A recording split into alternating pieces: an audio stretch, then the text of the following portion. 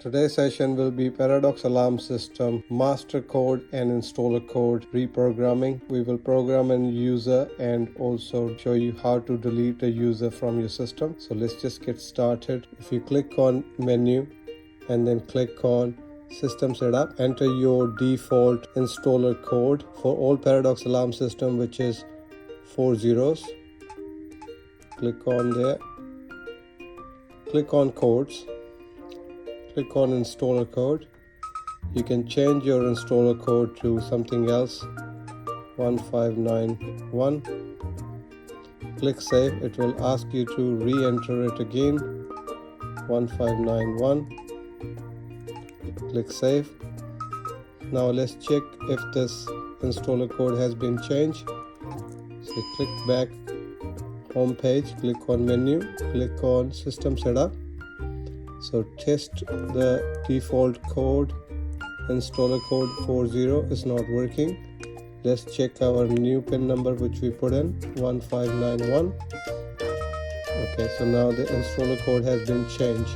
To program a user, you need to come back out of it and click on menu and then click on system setup. So this time here we will enter the default master pin number for Paradox Alarm System, which is 1234. Click on user. If you want to change the default pin number to your own pin number, you click edit button on your first user. You can rename the user here. Click save. You can change your pin number to something else, 3636. Click save. Confirm the same code again in this location. So you have successfully changed your master pin code to 3636 now. We will just check that. If you have a remote for this user, you can just simply press a button for the remote. It will add it into the same user. So we will, if you want to add a system normal user, you click on any of the free user, or you can edit another user which is already in the system. So click on this user owner, click save. His pin number is 2580. So you can change the pin number to whatever you like, 1414. Click save. Confirm the same pin number again. Click save.